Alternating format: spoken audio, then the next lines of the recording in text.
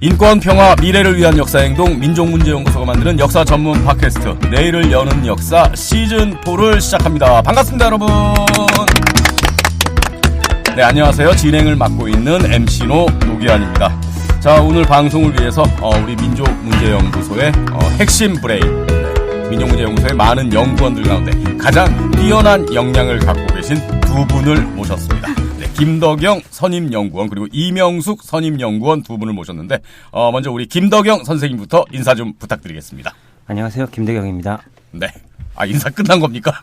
네. 더 얘기를 해야 되나요? 연구소에서 좀 제가 핵심 브레인이고 가장 역량이 뛰어난 분이라고 말씀을 드렸으니까 네, 연구소에서 어떤 일을 하고 계시고 네. 제가 주로 하는 거는 데이터베이스 작업을 주로 하고 있고요. 제가 이제 한 10년 정도 공무원 생활을 하면서 계속 해왔던 일이 데이터베이스 한국사 쪽 데이터베이스 작업이었기 때문에. 네, 그러니까 어쩌다 공무원을 하신 거죠? 그렇죠. 어공. 그렇죠. 예. 그래서 지금도 계속 데이터베이스 작업을 하고 계시고. 예, 그렇습니다. 네. 얼굴 표정이 약간 좀 경무에 시달리시는 것 같습니다, 지금. 그렇죠. 약간 피곤해 보이시고. 네. 항상 이래요, 얼굴이. 네. 자, 우리 김덕영 선임연구원 모셨고요. 그리고 이명숙 선임연구원 모셨습니다. 반갑습니다. 안녕하세요. 이명숙입니다. 네. 우리 이명숙 연구원께서는 이제 몇 번 나오시긴 했습니다만, 네, 다시 한번 또 어떤 일을 하고 계신지. 저 연구실에 소속돼서 네. 일제강점기 여러 가지 자료들을 주로 많이 보고, 네. 좀 전에 말씀하신 김덕영 선생님이 만드는 데이터의 원소스들을 만드는 작업을 주로 했었다가, 최근에 연구소에서 이제 박물관도 개관하고 이런 과정에서 좀 다른 일들도 좀 많이 늘어나게 되는 그런 상황에서 이 일 저 일 다 하고 있습니다. 그렇군요. 네. 우리 팟캐스트에 이제 연구소 연구원분들이 많이 나오시잖아요. 제가 여쭤보면 다들 너무 일이 많다 요새. 좀 새로운 인력을 뽑아야 되는 거 아니냐. 이런 생각도 제가 하게 됩니다. 맞습니다. 예. 오늘 피곤하시겠지만 여기에 모든 좀 에너지를 쏟으셔서 즐겁고 또 머리에 쏙쏙 들어오는 그런 방송 부탁드리겠습니다. 자, 오늘 인물을 두 명을 이렇게 이제 데리고 오셨는데 먼저 우리 이명숙 연구원께서 준비하신 내용부터 얘기를 먼저 해보겠습니다. 네. 오늘 어떤 일제강점기를 살았던 어떤 인물을 갖고 오신 거죠? 부자를 데리고 왔습니다. 부자. 네. 강점기 때 부유했고 원래부터 부유하진 않았습니다. 근데 이제 부동산 투기의 이 선구자? 일제강점기에도 부동산 투기가 있었나요? 그럼요. 이 탁월한 능력을 발휘를 해서 아무것도 없던 사람이 이 거부가 되는 그런 경우의 사람이고요. 김갑순이라는 사람입니다. 김갑순. 네. 네. 갑순이야 갑돌이 생각납니다. 네. 선구적인 땅 투기꾼이다. 네네. 일제강점기에. 네. 네. 한때는 조선 제1의 땅 부자라는 말까지 나올 정도였지만 이 시절에도 이게 땅들이 이제 지세가 서울 경기권이 많이 있어야지 이제 높은 값을 쳐줄 텐데 서울 경기권은 또 아니었어가지고 최고는 아니었을 거예요. 근데 어쨌든 조선 몇 손가락 안에 꼽히는 그런 땅 부자 중에 한 사람이 됐던 거죠, 이분께서. 김갑순. 네네. 네. 지주들은 되게 땅 투자를 많이 했어요. 그러니까 예를 들어서 각각 농민들이 지는 빚이 있고 지주들이 지는 빚이 있는데 농민들은 주로 생활고를 해결하기 위한 그런 류의 빚이라면은 지주들이 지는 빚은 대개 새로운 땅을 사기 위해서 지는 빚. 그때부터 그런 게 있었군요. 그렇죠. 저는 일제강점기 하면 그래도 아직도 농업 위주의 그런 사회 이런 어떤 이미지가 있는데 그때도 이미 대출을 받아서 그렇죠. 그 땅을 사서 그걸 투기를 하는 대출을 받거나 아니면 이제 소작인들한테 소작료를 많이 받아가지고 내지는 미리 받거나 이렇게 해서 현금 확보를 해가지고 땅을 사는 거죠. 그래서 조선 제1의 땅 부자라는 얘기를 들었던 일제강점기의 김갑순. 네. 근데 원래 무슨 금수저 아니었다 이런 얘기죠. 전혀 아니었어요. 그럼 기본 양력을 먼저 한번 좀 살펴보죠. 김갑순. 네. 1872년에 태어났고요. 일찍 태어났네요. 네. 네. 1960년에 89세로 이제 사망을 했습니다. 엄청 장수했네요. 그렇죠. 그리고 충남 공주 출신이고요. 네. 지금 공주가 대전으로 경부철도가 지나면서 공주가 예전에 비해서는 많이 이제 옛날 도시, 발전이 덜 되는 도시 이런 거였지만 경부철도가 들어서기 이전까지만 해도 네. 이 충청도 지역에서 공주는 이제 가장 큰 도시 중에 하나였죠. 그래서 공주에서 태어났습니다. 예. 13세 때 형과 아버지를 다 잃었대요. 그래서 이제 어머니 밑에서 자랐는데 어머님이 이 공주에서 시장에서 국밥 장사를 했다고 하고요. 그 어머니 밑에서 성장을 했다라고 얘기를 합니다. 그러다가 한 20세 정도쯤에 좀 뒤늦게 이 충청 가명, 네. 지금으로 따지면은 이제 도청인 거죠. 예.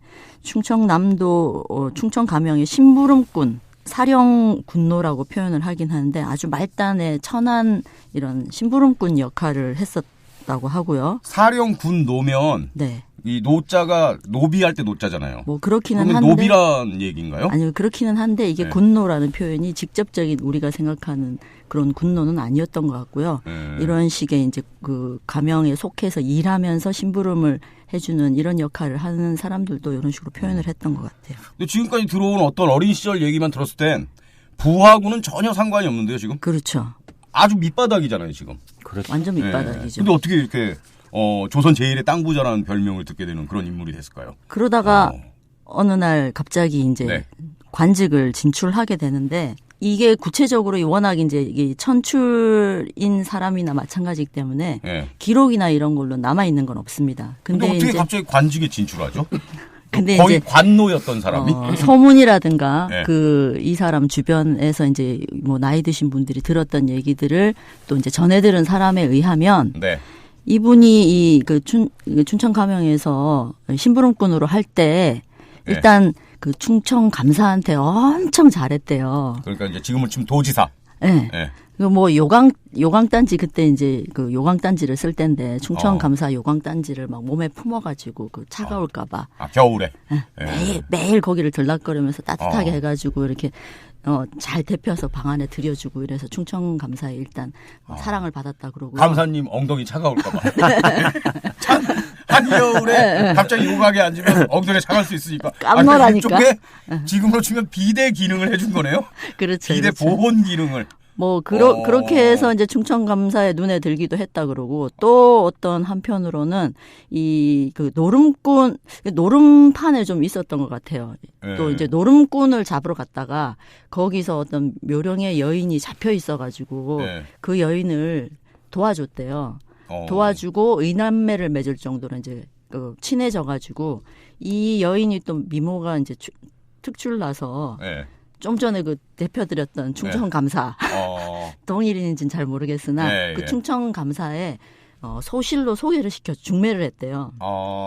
그래가지고 또 그게 또 이제 이쁨 받는 게 돼가지고 그 결과 이제 한 자리를 준 게 총순이면은 이제 순사 중에서도 조금 급이 있는 순사들의 한 단계 윗단계의 순사거든요. 그래서 총순 자리를 처음으로 이제 받았다고. 그런 얘기를 뭐 기록으로 남아 있는 건 아니죠? 네, 기록으로 남아 있지는 않습니다. 그러니까 누군가 얘기하거나 떠도는 얘기들. 그렇죠? 명문과 자제가 아니면은 그렇죠. 기록이 명확하지가 않아요. 그렇죠. 근데 어떻게 갑자기 신분이 이렇게 탁 상승할 수 있는지. 그러니까 이제 이 삼정의 문란. 이 시절이 그러니까 이제 대한제국 넘어가기도 전에 어떤 한말에 이 모든 기강들이 국가 기강들이 다 해이해진 상태이기 때문에 한마디로 국가 시스템 자체가 엉망진창이기 때문에 그렇죠. 이런 일도 가능하다. 그렇겠네요. 그리고 그렇게 엉망진창인 상황에서 이 김갑순이라는 사람이 얘기를 들어보니까 뭔가 이렇게 좀 어찌됐건 사람 사이의 관계를 맺는데 굉장히 좀 특출한 재주가 있네요. 그랬었던 것 같아요. 저 사람의 마음을 좀 사는데 그래서 이런 신분 상승이 가능했다. 그리고 이제 이런 그런 판단을 하는데 또 이것도 이제 떠도는 얘기 중에 하나가 김갑순이 당시에 되게 유명했던 이제 보부상 이용익을 쫓아다녔다는 얘기가 있어요. 고종과도 이제 관계를 맺어가면서 그 고종의 뜻을 그 전달하는 이런 역할도 하려고 하다가 어쨌든 다 이제 안 된 그런 분인데 어쨌든 전국적으로 이 보부상을 하면서 뭐 이분 별명으로는 뭐 축지법을 쓴다고 할 정도로 전국 여기저기서 출몰을 할 정도로 이제 보부상을 잘 했었던 그런 분이었나 봐요. 그래서 이 이용익을 쫓아다니면서 이 이재를 터득을 했다는 거죠. 그러니까 돈을 벌려면은 어떻게 해야 된다라는 이런 것들을 터득했다라는 얘기도 또 있어요.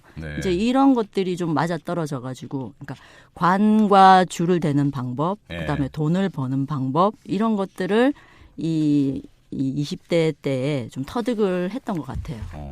그러니까 이제 기본 양력을 보면 정말 흙수저 아무것도 없는 데서 불우한 어린 시절을 보내서 진짜 충청 가명에 들어가서 정말 아주 허드렛 일하는 그런 맨 밑바닥 인생이었다가 어느 순간 관직에 진출하면서 신분 상승을 꾀하고 거부가 된 다음에 결국엔 정말 친일 행적까지 막 이렇게 반민족 행위까지 막 했던 그리고 89세까지 장수했던 그런 인물이잖아요. 그렇죠.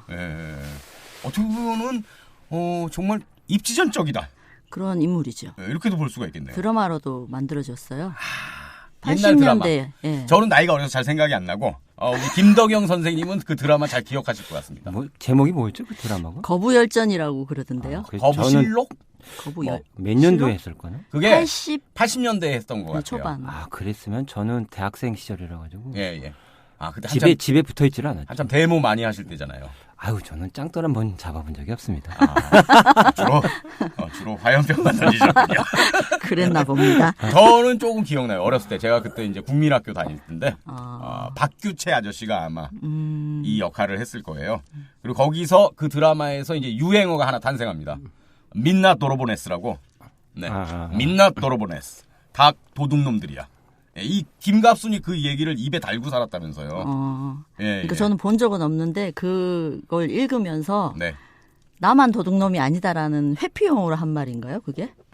그 드라마에서 거의 그냥 입버릇처럼. 그러니까 뭐 누군가를 만나서 이 사람과 대화를 나누고 그 사람이 자리를 떠서 혼자 남았을 때 민나 도로보네스. 그러니까 저놈도 도둑놈이다. 날강도다 이런 얘기죠. 근데 제가 그거를 이제 이 방송 준비하면서 이렇게 보니까 민나 도로보네스가 유행했던 그 50하고 그 시기에 그 민나 도로보네스 유행했을 때 장영자 사건이 딱 또 터졌대요. 그래갖고 이게 기가 막히게 그 당대 시대상과 연관되면서 더 이렇게 이제 확산된 거죠, 이 말이. 박규채 아저씨가 그 대사를 많이 했답니다. 제가 이런 사람입니다, 여러분. 우리 연구소 연구원들, 선임 연구원들도 잘 모르시는 이런 얘기를. 제가 두 분에게 이렇게 하는 이런 MC 별로 없습니다. 훌륭하십니다. 정말 훌륭하십니다. 자, 그럼 다시 본 물결로 돌아와서.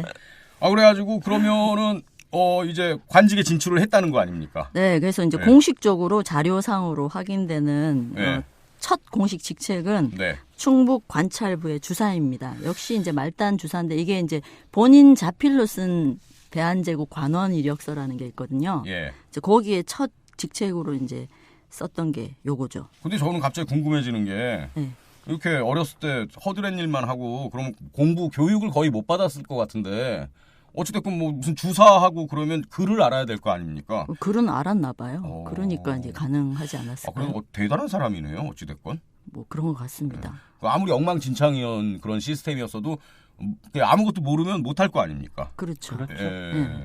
그러면서 계속 이제 승승장구하나요? 그렇습니다. 900년에 바로 이제 첫 그 직책으로 주사 말단 관찰부도 똑같이 이제 그 도청 같은 곳이거든요. 그래서 거기 주사로 있다가 불과 몇 개월 안 있어서 내장원 봉쇄관이 됩니다. 봉쇄관. 내장원은 이제 이 왕실 왕족들의 이 재산이 되는 될 수 있는 그러니까 세금을 받아 그 어떤 토지가 만약에 있으면은 그 토지에서 세금을 받아서 왕족들의 이제 뭐 생활을 하게 하는 그러한 토지들이 있고 토지라든가 뭐 각종 이제 여러 가지 것들이 있는데 그런 것들 관리하는 곳이 내장원이고요. 네. 그 내장원의 봉쇄관이라고 하면은 바로 그 세금을 이제 거들어 다니는 사람들. 네. 노른자위네요. 그렇죠, 그렇죠. 예? 그런 봉쇄관에 이제 임명이 되거든요. 지방국세청 직원 같은 거. 그렇죠, 그렇죠. 찾아다니면서. 막말로 삥땅 치기 좋은 자리잖아요. 그렇죠. 네? 거기에다가 그 다음 해에 바로 네. 충남 부여 군수가 됩니다. 겸임을 하는 거예요. 어떻게 이렇게 될 수가 있죠? 그래서 뇌물을 많이 갖다 바쳤겠네요. 그러면 누군가에게. 그랬겠죠. 그러지 않고서야, 네. 그러지 않고서 이렇게 급격하게 이 신분이 이제 그 직책이 이렇게 상승하기는 쉽지가 않죠. 특별한 공적을 세운 기록이 없는데도 불구하고 이렇게 급격하게 신분이 상승을 했으면 아무래도 그럴 가능성이 크죠. 그러니까 이런 게 이해가 안 되니까 뭐 첩을 뭐 중매를 해줬다거나 아니면은 뭐 아까 보부상 잘 따라다녔다거나 이런 얘기들이 같이 만들어졌을 가능성이 있어 보여요. 그러니까 이 시기를 한마디로 삼정의 문란. 그렇죠. 그런 게 있는 시기고. 이렇게 좀 키워드로 주입식으로 해주셔야 이해가 잘 됩니다. 그러니까 그런 혼란한 와중에 이렇게 계속 쭉쭉쭉 승진하고 그렇게 된다는 거죠. 근데 이제 군수도 역시나 그 지역 자기가 속해 있는 그 군의 세금을 모아가지고 나라로 올리는 책임을 가지고 있는 사람이잖아요. 그러니까 봉쇄관도 하면서 군수도 하면서 이렇게 세금을 착착 이제 착복을 하게 된 거죠. 그 역할을 이제 자기 매부 하치관이라는 사람한테 쉽게 얘기를 하면 마름 역할을 시키게 됩니다. 지주와 마름. 그렇죠. 근데 이제 이거는 나라가 관리한 내장원 같은 경우는 어쨌든 이제 국가나 왕실이 관리하는 땅이니까 뭐 개인의 땅은 아닌데 이 하치관 같은 경우가 그런 땅에서 농사를 짓는 사람들한테 소작료를 매해 세금을 계속 인상을 하게 됩니다. 엄청 그냥 빨아먹었겠네요, 진짜. 그렇죠. 그렇게 해가지고 그거를 이제 나라에 낼 돈은 따로 쟁여놓고 그 돈을 이제 착복을 하는 거죠. 근데 이제 그게 문제가 돼서 기사로 나온 게 이제 1903년 11월에 마름의 뭐 폐해가 아주 극심하다 하는 걸로 이제 바로 이 김갑순의 이 매부 하치관의 얘기가 기사로 나올 정도입니다. 그 당시에 기사로 나올 정도면 얼마나 심했냐 뭐 이런 걸 우리가 생각해 볼 수 있는 거 아닙니까? 그렇죠. 야. 그 이제 김갑순이 부여군수에만 있은 게 아니라 그 뒤로 한 계속 해방이 되기 전까지 지금으로 따지면은 부여, 논산, 그다음에 강원도, 김화, 아산 이런 데를 다 돌아다니면서 군수를 하거든요. 뭐 오래 있지는 않습니다. 뭐 짧게 계속 군수를 돌아다니면서 하는데 빨아먹고 이동하는 거겠죠. 그렇죠. 중간에 강원도 갔을 때는 아마 한번 일종의 자천격으로 떨어져 나갔을 가능성이 좀 있고요. 그렇게 하면서 이제 계속 착복을 하고 착복한 걸로 또 자기 인근 지역의 땅들을 조금씩 계속 사고 이런 일을 했던 것 같습니다. 계속 이렇게 진짜 삥땅 치고 치부하고 그럽니까? 네, 계속 꾸준히 계속합니다. 근면성실하게. 그렇죠. 그래서 이제 또 저 같은 경우는 그냥 더 올려받아가지고 뺏기만 한 줄 알았는데 그게 아니라 또 미리 받아놓고 나라에 올리지를 않습니다. 그럼 받아놓기만 하면은 자기께 다 되는 건 아니잖아요. 그거를 이제 이 고리대라든가 아니면 장사에 써먹는 거죠. 그러니까 국가에 텀을 두는 거죠. 올해 뭐 얼마를 올려야 된다. 그러면은 그걸 농민 핑계 대고 안 올리고 그거를 딴 데다가 쓰는 거죠. 고리대 나가지고 이자 받아 먹고. 그러니까 나중에 올리고 그렇죠. 사이에 남는 기간에 자기가 돈놀이해서 또 돈 벌고. 나쁜 놈이에요, 진짜. 그럼요. 어마어마한 진입하고 거죠. 목을 떠나서 인간적으로. 그 정도 해가지고 뭐 조선 제1의 땅 부자가 될 것 같지는 않거든요. 그렇죠. 이미 이제 일본군 같은 경우가 갑오개혁하고 한 이런 과정에서 철도 부설권 이런 것들을 1900년대 자기들이 이제 가지게 됩니다. 경부 철도 부설권을 가지게 되고 장기적으로는 이 러시아와의 이제 이 일전이 반드시 필요하다라는 생각하에 이 경부 철도 노선을 되게 중요하게 생각을 하는 거예요. 그러니까 그 노선이 어떻게 되는지 이제 예의주시하고 미리 1800년 1890년대에 이미 어느 정도 이제 라인을 다 만들어 놓고 일본 국내에서는 경부철도를 이렇게 놓겠다라는 생각까지 이제 뭐 누군가가 보고도 올렸다고 그래요. 그럴 정도로 어느 정도 일본이 다 준비가 돼 있는 상태였는데 그 철도라는 게 어떤 역할을 할지에 대해서 이제 한국 사람들이 조금씩 이제 알아가는 경인선이 생기고 난 다음 때니까 예. 철도가 놓아졌을 때 변화가 어떻게 이루어질 것인가는 이제 이 김갑순 같은 경우는 미리 파악을 한 거죠. 그렇게 해서 철도가 놓일 곳을 좀 집중적으로 해서 땅을 많이 구입을 하게 됩니다. 관직에 있으면서. 그렇죠. 예. 그래서 이제 뭐 대전, 유성 이런 인근의 땅들을 어마어마하게 사놓는 거죠. 근데 이제 원래는 경부철도가 공주를 지나가게 돼 있었어요. 네. 근데 이제 나중에 얘기가 나오겠지만, 근데 이 공주를 지나가야 되는데 공주에는 옛날부터 유명했었던 전통적으로 큰 곳이었다고 그랬잖아요. 네. 뭐 행정이라든가 여러 가지 것들이 집중돼 있는 곳 이런 곳들에는 과거부터 이제 유림 세력들이 튼튼하게 이제 자리 잡고 있는데 그분들이 이제 이 화통 삶아 먹은 소리를 내는 철도는 싫어했던 거죠. 아, 유림이요? 그렇죠. 일반적으로 싫어했습니다. 아, 그 당시에는? 예. 아. 그렇게 해서 공주로 철도가 못 지나가게 이제 네. 반대를 하고 네. 그렇게 해서 결국 공주를 안 지나가는 쪽으로 철도 노선이 바뀌게 됩니다. 대전 쪽으로? 그렇죠. 아. 그러한 모든 과정들을 다 지켜보면서 이제 대전 쪽, 유선 쪽, 이쪽 땅들을 이제 김갑수는 착실하게 사들인 거죠. 아, 그래서 그때부터 다시 그러면 그때부터 대전이 쫙 부상하게 되는 거군요. 그때 이제 바로 부상하진 않는데. 어찌됐건 기반이 마련되는 그렇죠, 거 아닙니까? 그렇죠. 완전 허허벌판이었었는데 철도가 놓이고 대전역이 생기고 이러면서 그 주변으로 일본인들이 많이 이제 거주하고 살고 이렇게 되면서부터 이제 대전이라는 곳이 조금씩 그렇죠. 발전하게 되는 거죠. 예, 근데 이제 관직에 있던 김갑수는 관직에 있으니까 고급 정보를 알게 되니까 그렇죠. 대전 쪽 땅을 사놓는 거죠. 그렇죠. 그리고 대전 쪽 땅을 사는 그 돈은 백성들로부터 나왔고. 네. 아, 진짜 나쁜 놈이네요. 네. 예. 뭐 그렇다고 해서 뭐 어마어마하게 이때 네. 많은 부를 축적한 건 아니지만 네. 뭐 여러 가지 이제 이 일제의 침략 자체가 하나의 부정 축제를 하는 것들을 무마해주는 이런 과정들도 또 있었습니다. 네.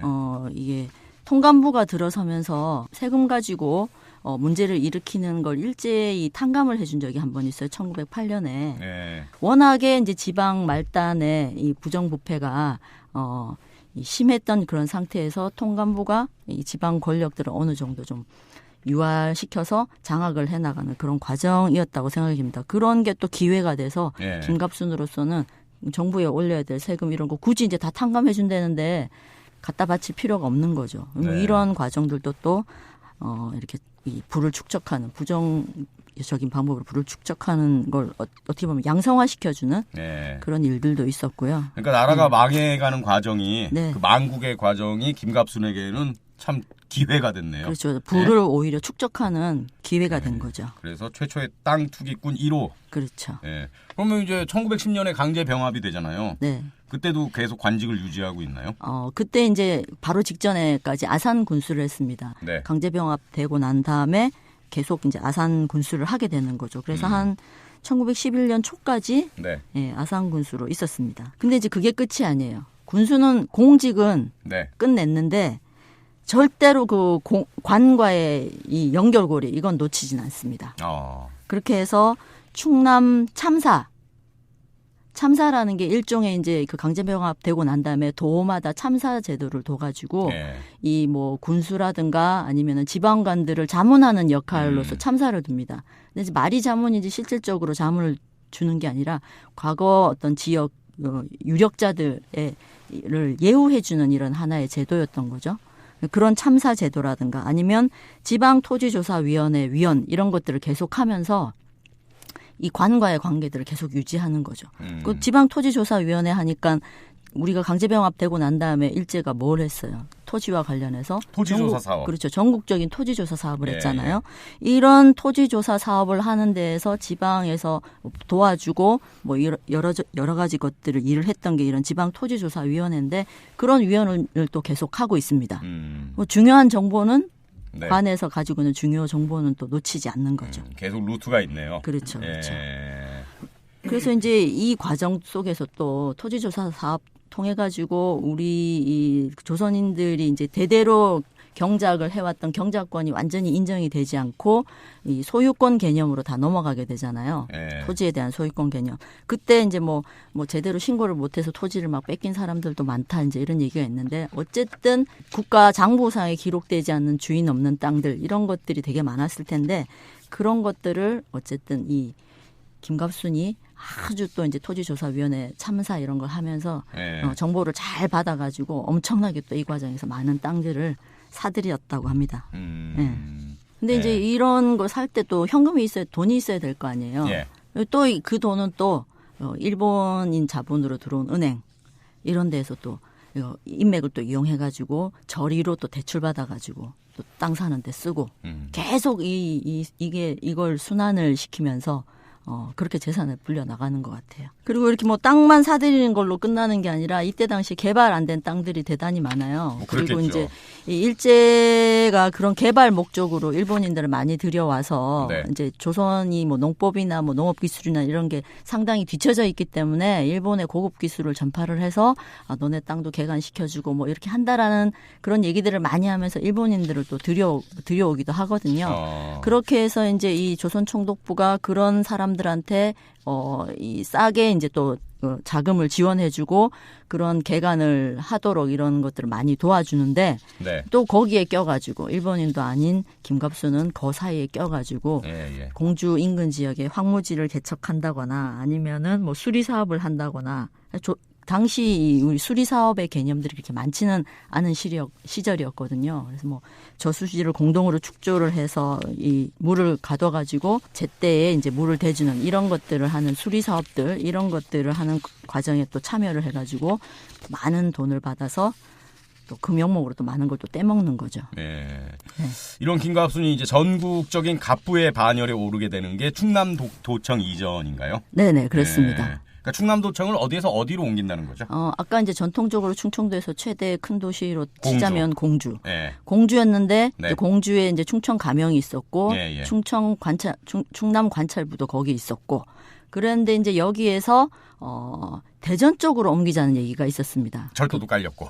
그렇죠. 근데 그게 이제 1925년대쯤이고요.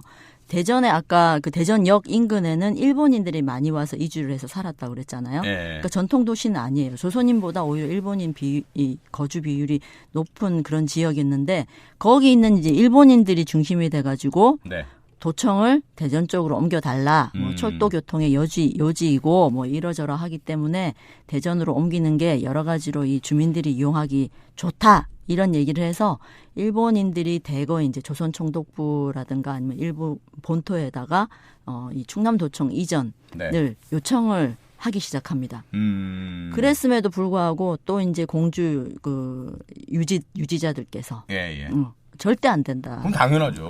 지금도 만약에 뭐 도청을 옮긴다 그러면 지역 간에 그 같은 그 광역자치단체 안에 그 소지역끼리 어마어마한 진짜 갈등이 생길 겁니다. 그렇죠. 근데 이때도 역시 마찬가지로 공주 지역에서는 이제 어마어마하게 반대를 하고 뭐 김갑순도 이제 공주에 거주를 하고 있었던 사람이었기 때문에 뭐 김갑순도 이제 거기에 적극적으로 반대를 하는 이런 사람에 이제 포함이 됐었던 것 같아요. 기사들 보면은. 충남도청 이전 이런 움직임이 있을 때 김갑순의 신분은 뭐였나요?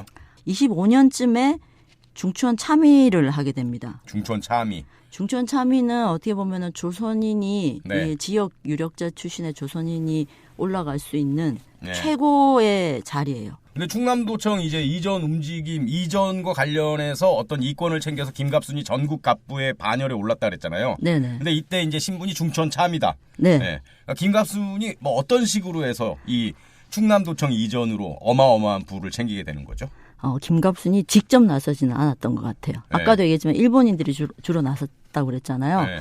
근데 그 일본인들이 나서는 과정에서 또 그때 당시에 그 총독이 야마나시 한조라고 있는데 이 사람이 원래부터 되게 유명하게 돈을 밝히는 사람이었대요. 일본 장군 출신인데 그랬던 사람이 조선 총독부 총독으로 와가지고 여기서도 엄청나게 많은 또 이 뇌물 횡령 이런 사건에 있었던 거죠. 무려 밝혀진 것만 9가지 정도.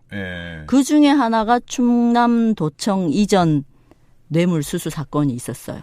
충남도청을 이전하려고 하는 그런 사람들에 의해 가지고 그런 세력이 돈을 줬군요. 총독한테. 그 당시로 한 4만 원 정도를 줬다고 그랬는데, 근데 그게 9건에서 그렇게 독직하는 사건들이 있었어가지고. 야마나시 한조. 예. 그래서 한 2년 하고 잘리다시피 해요. 물론 신병을 이유로 관둔다라고 얘기는 하지만 어쨌든 이제 결과적으로는 그 밑에 있는 사람들이 다 유죄를 받는데 이 야마나시 한조만 무죄 처리되긴 하는데 어떻게 보면은 그냥 이제 빼준 거나 마찬가지일 거고, 그 과정에서 어쨌든 충남도청 대전 이전 뇌물도 어마어마하게 일본인 출신 일본 사람들이 많이 이제 그 뇌물을 줬는데 그 중에서 김갑순도 포함이 돼 있을 거다라는 거죠. 김갑순이 그 당시 공주에 살면서 이전 반대편에 서 있었다고 그러지 않았습니까? 그렇죠. 외적으로는 뭐 공주 대전 이전 뭐 반대 뭐 이런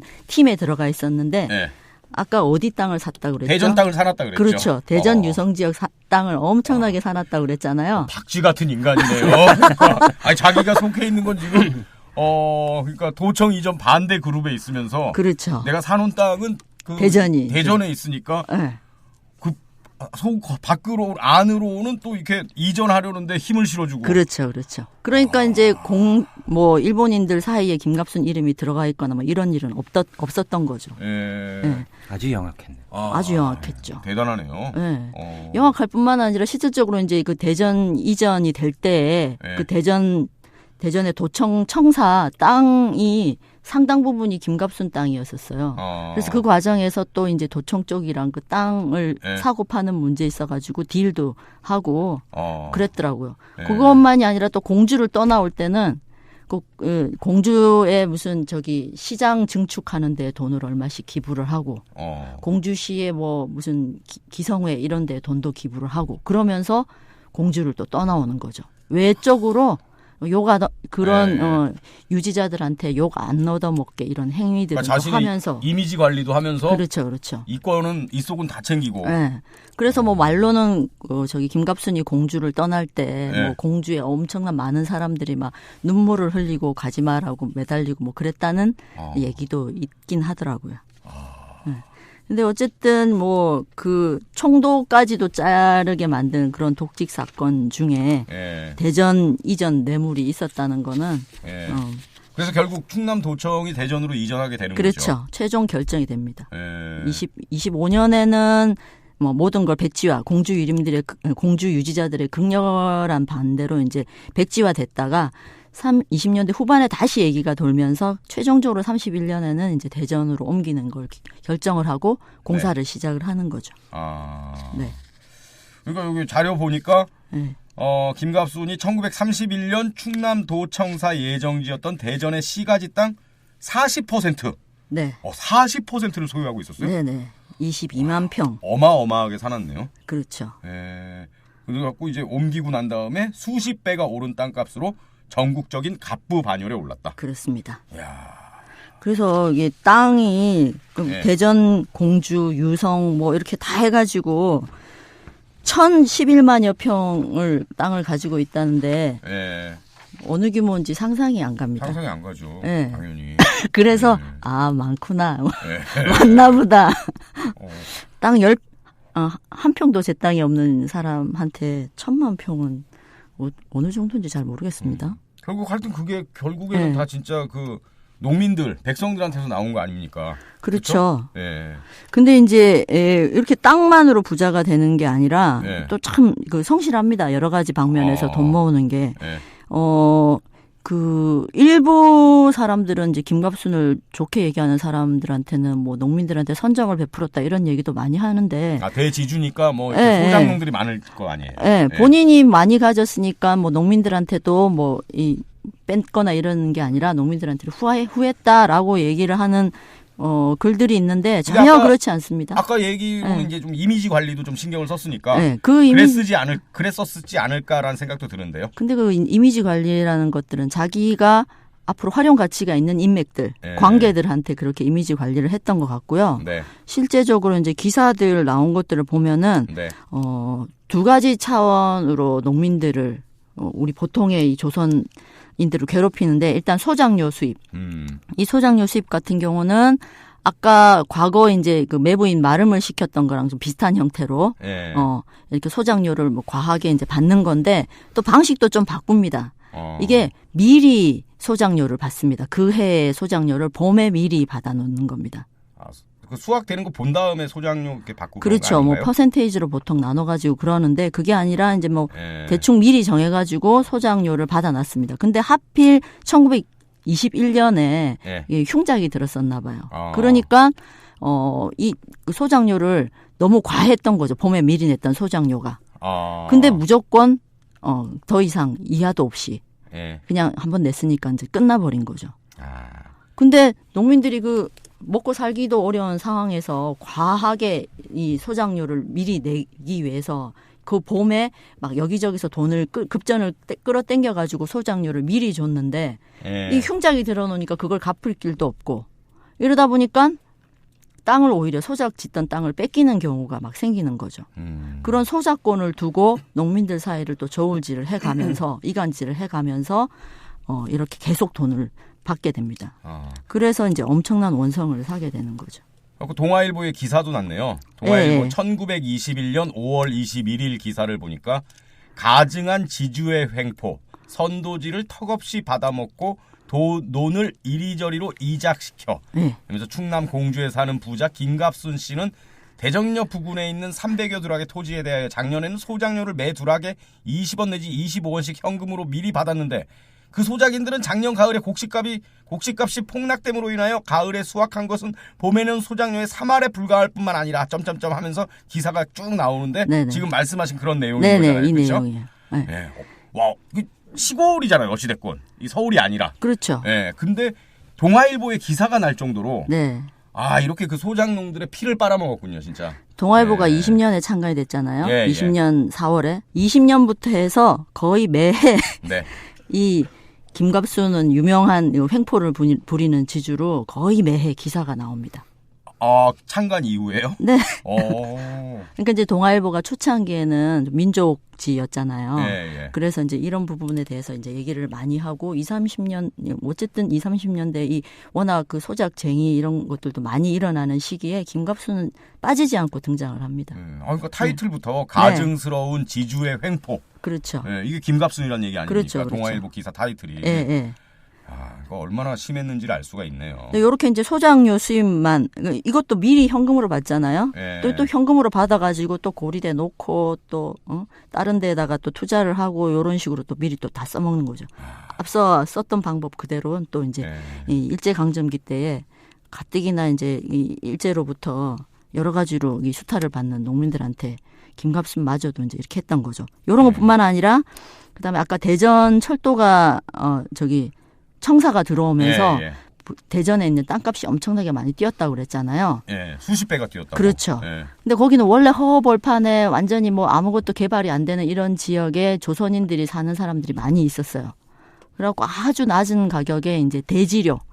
쉽게 얘기하면 땅 주인한테 이제 이 세금을 땅 주인한테 돈을 조금 내는 거죠. 지금의 뭐 월세나 뭐 이런 것처럼. 그랬는데 땅값이 올랐다고 대전으로 도청 이전이 되면서 땅값 올랐다고 그 대지료 땅을 쓰는 요금을 무려 5배를 순식간에 올린 거예요. 내라고. 그 땅에 당장 뭐 할 것도 아니면서. 그러니까 그게 이제 그 해당되는 주민이 한 200여 명. 워낙 땅을 많이 가지고 있으니까. 5배를 한 번에 올렸다는 거 아니에요? 그렇죠. 30만 원에 살았으면 150만 원씩 내라 다음 달부터. 그렇죠. 그럼 어떻게 삽니까 사람이? 그러니까. 그렇게 하면서 이것도 이제 문제가 돼가지고 기사로 많이 나오고 그랬습니다. 그러니까 절대로 보통의 이 조선 사람들한테는 뭐 선정을 베풀었다 이런 건 사실이 아니었던 거죠. 근데 진짜 요즘하고도 뭐 비슷한 그런 어떤 원조네요. 그렇죠. 그 대지료 올린 것도 아까 말씀하신 그 젠트리피케이션의 원조네요. 그럴 수도 있는 것 같아요. 그러니까 이 사람이 자기가 하는 게 어찌됐건 내가 어떤 사람이라는 거 알지 않습니까? 그러니까 누구도 신뢰를 못 하는 거죠. 자기가 도둑놈, 날강도처럼 이렇게 이익을 취하니까 다른 사람들도 다 그렇게 보이는 거죠. 그래서 민나 도로보네스. 이 말을 입에 달고 살았다는. 네스가 아니라 데스 아닌가요? 됐을 것 같아요. 민나 도로보네스. 죄송합니다. 예리한 지적이셨어요. 예. 그래서 또 사돈을 이제 이른바 명망가랑 이렇게 사돈 관계를 많이 맺잖아요. 네네. 예, 그게 역시 어떤 자신의 인맥 관리라든가, 네. 뭐 재산 관리 이런 거랑 맥이 다 있는 거겠죠. 그렇죠. 이제 본인의 가계가 약하잖아요. 천출이었다가 본인이 가지고 있는 집안에 이 배경이 없는 거죠. 그러니까 그런 것들을 만들기 위해서 철저하게 이제 인맥을 만드는데 그런 것들을 바로 이제 가족을 통한, 그러니까 혼인을 통한 인맥을 형성했던 거죠. 다른 어떤 사람들보다 일제강점기 하였기 때문에 네. 이 유명한 친일파들 그리고 집안이 빵빵한 이런 사람들이랑 관계를 맺게 되는데요. 일단 호적상으로는 아들이 7이고 딸은 4이랍니다. 네. 물론 이제 이 살아남은 자식들인 거고요. 그 중에 이 시절에는 많이 어린 나이에 죽는 사람들도 많잖아요. 그래서 자식 중에 아마 이 숫자만큼 자식이 사망을 한 것 같고요. 호적상 남아있는 자식이 어쨌든 7, 아들이 7에 딸 4인데 이 모두를 지역 유지나 당대 이 세도가 집안의 자식들과 결혼을 시키는데 일단 먼저 이제 장남은 김종석입니다. 네. 첫 부인한테 첫 아들이고 이 아들 자체도 어쨌든 판사를 시킵니다. 조선 총독부의 판사 출신이고 이 아들도 친일인명사전에 등재가 돼 있어요. 예. 그러니까 어떤 본인의 가계가 약하기 때문에 아들을 노력을 해서 판사를 시킨 것 같고 이 아들이 이제 처음 결혼한 게 대한제국기의 고위 관료인 김윤한 이분이 이제 내장원경을 했다고 하거든요. 예. 대한제국기에 아까 얘기한 내장원하고 같은 내장원이에요. 대한제국에. 그래서 과거 어떤 관계가 있는지 어쩐지 명확치는 않지만 어쨌든 그 김윤한의 딸과 이제 장남을 첫 번째로 이제 결혼을 시킵니다. 근데 일찍 돌아가셨는지 어쨌는지 재혼을 하게 됩니다. 그 재혼을 하는 사람도 이규환, 네. 도지사를 지내고 역시 친일인명사전에 등재되어 있는 이규환의 딸과 결혼을 하게 됩니다. 두 번째 결혼도. 예. 그리고 첫 딸인 김정자 같은 경우는 네. 역시 또 이제 친일인명사전에 등재된 윤명선이라는 사람한테 결혼을 시키는데요. 이 만주국 젠다오성 차장을 역임했거든요. 이 사람 같은 경우는 집안이 또 빵빵합니다. 바로 이제 그 윤치호 집안이죠. 윤씨, 네. 파평윤씨 집안에 이 윤치호 같은 경우 중추원 찬이도 지내고 이 윤치호의 둘째 아들입니다. 네. 그리고 형이 이 윤명선의 형 윤일선이 서울대 총장 부총장을 지낸 사람이고요. 그리고 사촌 형이 네. 4대 대통령을 한 윤보선. 그 윤치호 이 집안의 윤명선이랑 결혼을 하게 되는 거죠. 그 다음에 7째 아들 김종소는 이완용 손자여가지고 이 이완용의 자기를 물려받은 후작 이병길의 딸하고 결혼을 하게 됩니다. 이 외에도 다른 자식들도 다 이런 세력가, 친일 이런 걸로 유명한 집안들이랑 다 결혼을 시켰다고 그러네요. 혼맥을 이렇게 보니까 네. 본인의 가문은 물론이고 그렇죠. 사돈까지 합치면 친일인명사전에 등재된 그 가장 많은 어떤 멤버를 자랑하는 그런 혼맥이 아닐까 이런 생각이 드네요. 그 윤치호 집안이 더 많습니다. 어쨌든. 그 상당히 이제 어떻게 보면 일종의 이 열등의식이 있을 수도 있죠. 원래 집안 자체가 비천하니까 그런 것들도 메우고 그 다음에 또 이 친일한 사람들과의 관계를 맺으면서 이 여러 가지 정보들 이런 것들을 얻을 수 있으니까 그런 사람들하고 관계를 또 계속 유지하기 위해서 이 자식의 결혼을 활용을 한 것 같습니다.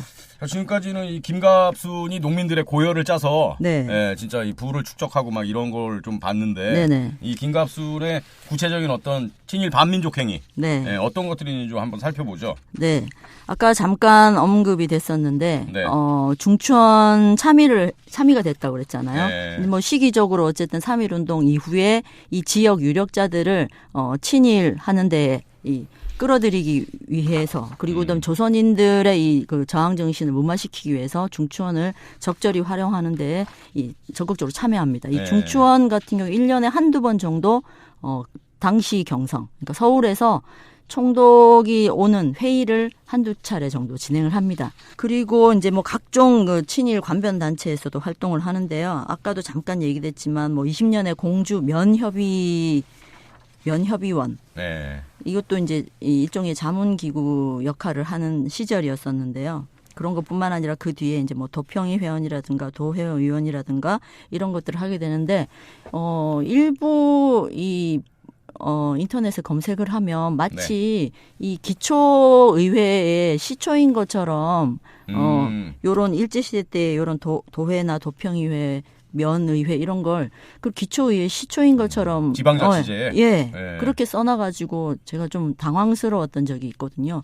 이거는 기초의회 시작인 게 아니라 바로 지역에서 이 중추원처럼 비슷하게 지역에서 이제 일부 선출되는 사람이 있긴 하지만 각자 이제 자기 이권들을 어떤 식으로든 관과 연결을 시켜서 해결을 하거나 하면 지역의 이 현안들 이런 것들을 논의를 하기는 하지만 이게 궁극적으로 뭐 이 기초의회라고 할 수 있을 정도의 그런 수준이나 내용을 가지고 있는 게 아닌데. 그러니까 지금의 무슨 뭐 군의회나 시의회 이런 게 아니라 식민지 통치 시스템의 이제 협력자들인 거죠. 지역 조직. 그렇죠. 뭐 이렇게 보는 거가 타당하겠죠. 그럼요. 뭐 그런 것들을 하고 그다음에 뭐 도농회 부회장 때 이 시절에 어떤 이 총독부에서 관계되는 기구에 들어가 있다 하면 어느 정도는 다 친일적인 관변 단체라고 보시면 되는데 뭐 도농회, 농회, 그다음에 뭐 수리조합, 수리조합도 역시 마찬가지로 요런 데에서 다 뭐 조합장을 하거나 뭐 그러니까 식민통치 관변 단체에 뭐 거의 빠짐없이 참여를 했고. 그럼요. 네, 뭐 좀 두드러지는 어떤 그 친일 행정 뭐 어떤 게 있습니까? 유명한 얘기는 있는데 역시 아까 잠깐 말씀드린 민족정계 심판이라는 책에만 나오는 얘기가 있습니다. 역대 총독 열전각을 지어놓고 거기에 이제 이 총독들한테 참배를 하게 조선인들이 참배를 하게 시켰다 하는 내용이 있거든요. 열전각이 뭔가요? 그 이제 뭐 그러니까 사진 사당 같은 건가요? 쭉 얼굴 걸어놓고 영정 걸어놓고 영정은 사살아있는 사람들이니까 이 총독들이 죽은 사람들이 몇 안 되잖아요. 그러니까 그 사람들 얼굴을 쫙 이제 뭐 사진이나 그림이나 이런 걸 걸어놓고 인사시키고 동네 사람들 지나가면 조선인들 인사시키고 뭐 그랬다는 얘기가 있는데. 그걸 김갑순이 만들었대요? 네. 근데 이제 그게 딱 드러나는 뭐는 없어요. 뭐 자료라든가 이런 거는. 근데 민족정기의 심판이라는 책이 이게 해방정국에서 나온 책이잖아요. 네네. 그러니까 이제 그때 어떤 그렇죠. 증언이라든가 이런 걸로 썼겠죠. 네, 저도 그렇게 생각을 하고 신빙성이 있고. 있는 거죠. 그렇죠. 근데 이제 이런 내용이 안타깝게 친일인명 사전은 쓸 수는 없어요. 왜냐하면 친일인명 사전은 근거 자료가 명확해야지만 그 내용을 담게 돼 있거든요. 그래서 제가 이제 오늘 이 팟캐스트에는 얘기를 하려고요. 민족정계 심판에 나온 내용 중에 그냥 열정각만 지은 게 아니라 이걸 밀정 노릇을 해가지고 이 열정각을 지었다는데 무슨 얘기냐면은 이 금강도교라고 당시에 이 이제 당군을 모시는 집단이 있었대요. 근데 이제 비밀결사? 비밀결사는 아니었었는데 어쨌든 이 사람들이 이제 민족적인 성향을 가지고 있으면서 좀 이 반일적인 그런 성향을 또 가지고 있었다는 거죠. 그래서 비밀리에 아마 이런 독립운동, 이런 저항운동을 했었던 이런 사람들이었던 것 같은데 이 사람들을 통째로 다 이제 우연히 알게 되고 이 사람들 통째로 다 밀고를 했다는 거죠. 그래서 김갑순이. 그래서 이때 이제 잡힌 사람이 63명이나 되고 그들 중에 3명은 고문으로 이제 옥살을 했다. 이런 사건이 있는데 이 사람들이 썼던 그런 당군 성전, 당군을 모셨던 그런 사당 같은 곳을 압수를 했는데 거기에다가 이 김갑순이 총독 열전을 지었다는 거죠. 꾸몄다는 거죠. 역대 총독 열전. 그러니까 단군 대신 조선 총독 사진을 해놓고 조선 사람들한테 참배를 강요했다. 네네. 나쁜 놈이네요, 진짜. 그러죠. 근데 이제 이게 근거 자료가 없는 게 안타깝죠. 있었으면은 사전에. 돈도 그렇게 많은데. 끊임없이 이제 일제에 계속 잘 보이고 그걸 바탕으로 또 끊임없이 이제 자기 부를 또 늘려 증식을 시키려고 그렇게 애를 썼던 것 같습니다. 30년대 이제 그 중일전쟁 이후의 행정은 어떻습니까? 그때는 더 노골적으로 막 했겠죠. 그렇죠. 그때는 이제 뭐 기본적으로 뭐 관변이든 민변이든 친일 단체로 유명한 이런 모든 것들에 이제 다 들어가게 되는 거죠. 뭐 내선 융화를 철저하게 실행하겠다 하는 것을 목표로 만들어진 동민회. 동민회라는 데 평의원도 하고 그다음에 뭐 국민정신총동원 조선연맹을 발기하고 거기에 평의원도 맡고 그다음에 40년대 이제 전쟁이 완전히 본격화되면서 모든 것들을 다 전쟁에 동원하는 이런 시기잖아요. 그런 관변 대표적인 관변 친일 단체인 국민총력 조선연맹 평의원을 하고 그다음에 민간 차원에서도 또 최고로 이제 전쟁 협력을 이끌어내기 위해서 만들어진 단체가 조선 임전보급단입니다. 이 많이 아시고 계시는 걸로 알고 있는데 이거를 만들 때 발기를 한 것뿐만 아니라 이사를 하기도 하고 이 외에도 뭐 흥화보국단, 뭐 임전대책협의회 이런 데 다 이제 이름을 올리는데 심지어 서울까지 올라와가지고 채권을 팔기도 했나 봐요. 남대문에서. 그러니까 뭐 충청도를 대표하는 거부일 뿐만 아니라 충청도를 대표하는 친일파네요, 진짜. 그렇죠.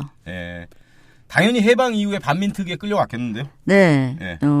이제 이 재헌 국회의원인 김명동이라는 분의 이 산하에 있는 반민특위의 조사위원 일행한테 이제 끌려갔다고 그랬는데요. 이거 어쨌든 끌려가서 반민특위에서 징역 1년을 구형을 받기는 합니다. 하지만 뭐 처벌받진 않았을 거 아니에요. 나이도 좀 있고 그러니까.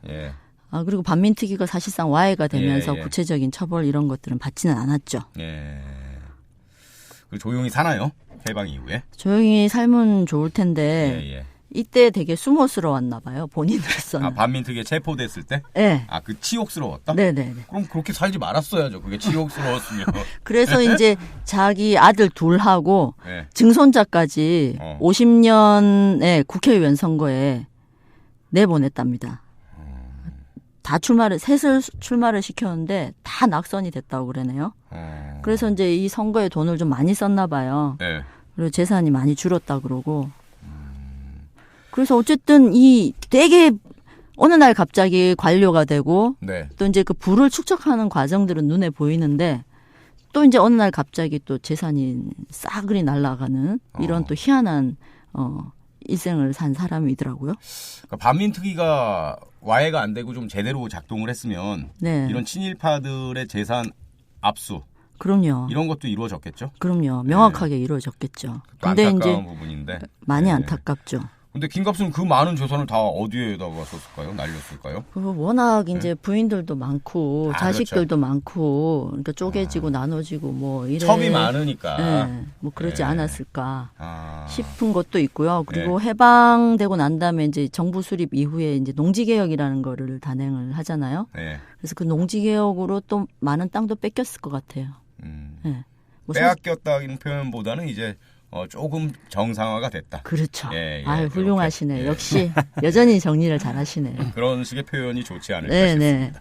근데 이때 이제 많은 사람들이 그래도 부자로 남거든요. 농지개혁 과정 중에서도 뭐 교육재단 이런 거는 안 건드리거든요. 그래서 이때 많은 교육재단들이 학교도 생기고 교육재단이 만들어집니다. 지금의 사학재단의 뿌리들이 바로 요때쯤에 이 농지개혁 당시에 많은 재산들을 이제 교육재단을 만들어서 옮겨놓고 이러는 과정에서 형성이 된 거거든요. 사학재단의 뿌리라고 할 수 있는 건데 뭐 김갑수는 그 생각은 못했나 봐요. 세상이 바뀌었는데 빨리 재산을 보존을 할 이런 생각을 캐치를 못한 것 같아요. 거기다 숨겨놓지 않았을까요? 숨겼는지는 모르겠는데 그래도 김갑순 이름의 땅들이 김갑순이나 이제 그 아들의 이름으로 땅이 좀 꽤 있었던 것 같아요. 왜냐하면 1996년에 손자가 100억 원대 땅을 조상 땅 찾기 사업으로 찾아갔다네요. 그 93년부터 시작을 해가지고 이완용의 또 미국에 사는 손자가 이완용의 땅을 찾아가가지고 막 되게 이슈가 됐었거든요. 그렇죠. 그리고 잊기만 하면 뭐 이런 기사가 많이 나오잖아요. 그렇죠. 그 와중에 이제 김갑순 손자도 얼른 시작을 한 것 같아요. 그래서 무려 100억 원대 땅을 찾아갔다고 하는 거 보니까 몰라서 그렇지 많이 있었었나 봐요. 그리고 2005년에도 한 10년 지난 2005년에도 손녀가 또 수십억 원대 땅을 또 찾아갔다고 그러네요. 흩어져 있기는 하고 김갑순이 죽고 나서 몰랐을 뿐이지 여기저기 땅은 많았었나 봐요. 그랬겠죠. 네. 근데 그 조상 땅 찾기 사업은 이렇게 친일파 후손들이 땅 찾으라고 한 건 아니잖아요, 원래 취지가. 그렇죠. 원래 이제 일제시대 때 뭐 보안이민이 뭐 사방공사니 뭐 하면서 이렇게 땅이 지금도 이렇게 정부 사업에 의해서 땅을 강제로 매입하는 경우가 있잖아요. 근데 그때는 돈 주고 매입도 아니고 그냥 정부 총독부 소유로 그냥 해버리는 거거든요. 근데 그런 경우를 위한 경우였던 거죠. 되게 조상 땅 찾기나 이런 것들이. 그러니까 원래 취지가 그런 거잖아요. 그렇죠. 그럼 맨 처음에 이걸 했을 때 아예 처음 사업 시작했을 때부터 이 생각을 못 했을까요? 친일파 후손들이 와갖고 땅을 찾아갈 수도 있겠다. 그거에 대한 어떤 좀 대비 보완책 같은 게 필요하다. 네, 그런 생각을 못 했던 것 같아요. 이제 저희가 그 전쟁, 6.25 전쟁을 겪으면서 많은 이 토지 관련 문서들이 소실이 됐잖아요. 그러니까 찾고 싶어도 잘 못 찾는 사람들이 많았던 거예요. 그러니까 보통의 평범한 사람들도 자기 조상이 어디에 땅이 있었다고 그러는데 그걸 이렇게 문서로 확인하는 게 쉽지 않은 이런 상황이다 보니까 그러저러한 보통의 평범한 사람들한테 찾아보라라고 이제 이렇게 시스템을 좀 만들어주고 그러니까요. 그런 거를 이제 친일파들이 이제 적극적으로 찾아가는. 그래서 이제 이런 건들이 드러나면서 이제 2005년에 이 친일파 재산을 이제 환수할 수 있는 그런 법 제정 이런 움직임이 만들어지고 그렇게 해서 이제 그나마 하게 된 거죠. 재산조사위원회에서 이렇게 환수를 하게 된 거죠. 네.